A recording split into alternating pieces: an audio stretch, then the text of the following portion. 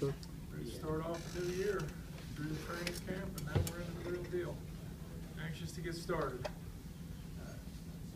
Jay, Chris kind of mentioned it, and I know you've addressed it in the past, but run defense, how first off, how does it develop during training camp, and then how big of a key is it to do better at stopping the run this year? Well, it's come along well during training camp. I think it's an ongoing process.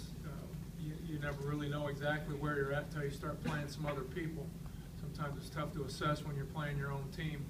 Different guys being banged up in and out of the lineup, some twos, some ones going against each other. It's tough until you can really get out there and get into the heat of the battle and figure it out. But I think we've made good progress there, and it's crucial to our success.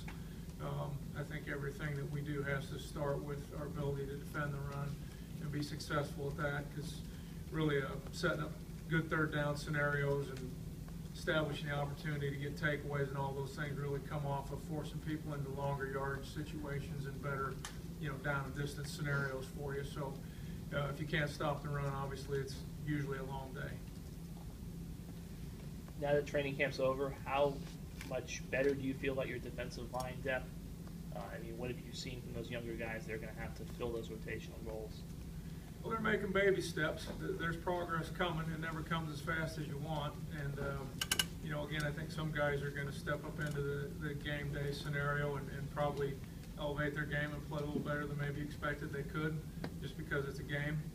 The guys who have been playing and we've been talking about all along, those top-tier guys have done well and continue to improve.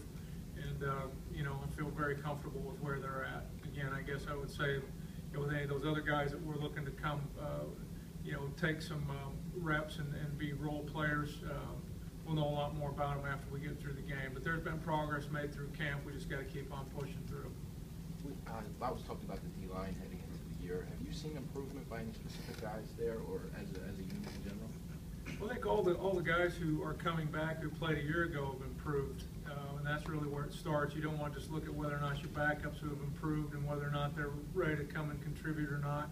You're also looking to see if the guys who started and played a lot a year ago have improved. And I think whether you're looking at Wilkins or Will Prevalone or Julius or any of those guys, they've all improved, and they've all gotten better. And some of the guys we haven't had very many looks at yet because they just got here in the spring, coming off of red shirts or injuries or whatever. And so we'll have to assess that as we go. But collectively as a group, they've gotten better, and hopefully they will show Saturday that they have made those strides and improvements. And we've got to just continue on once we get through that ball game and really get ready to just keep on getting better by the week.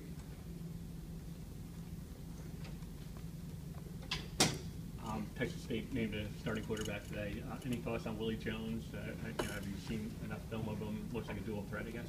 Boy, yeah, I have, more than I wished. Good football player. And, shared time, as you mentioned, a year ago.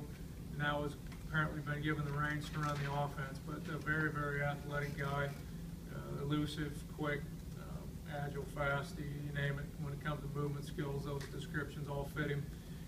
He's going to be a handful because of, just his superior athletic ability. So we'll have to do a great job in the run game, being able to get him tackled and not getting outnumbered in the box. We'll also have to do a great job in the pass game, trying to keep him in the pocket and not let him get out and get those extra yards that you sometimes see guys make off impromptu kinds of plays, or being able to extend a play and find somebody open down the field on a scramble route.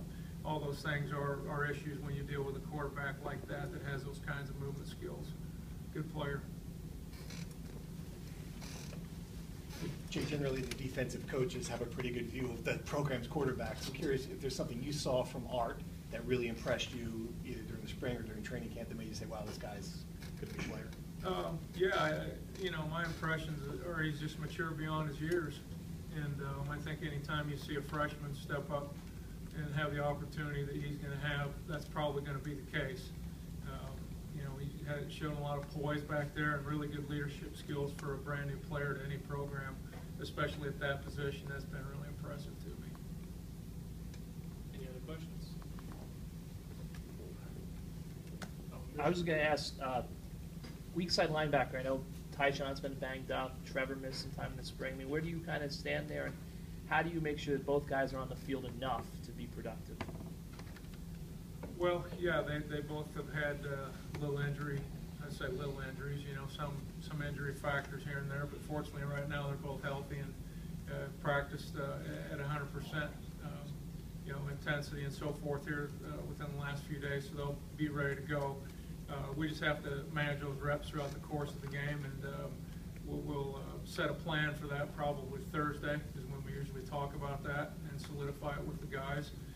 But I do expect them both to play, and you know, once we get through game one, then we'll reset the plan for game two, and then that'll be an ongoing thing, just like it is in any other position where we're looking to play more than one guy. All right. Thanks, guys. Okay. Thanks, guys. Appreciate it.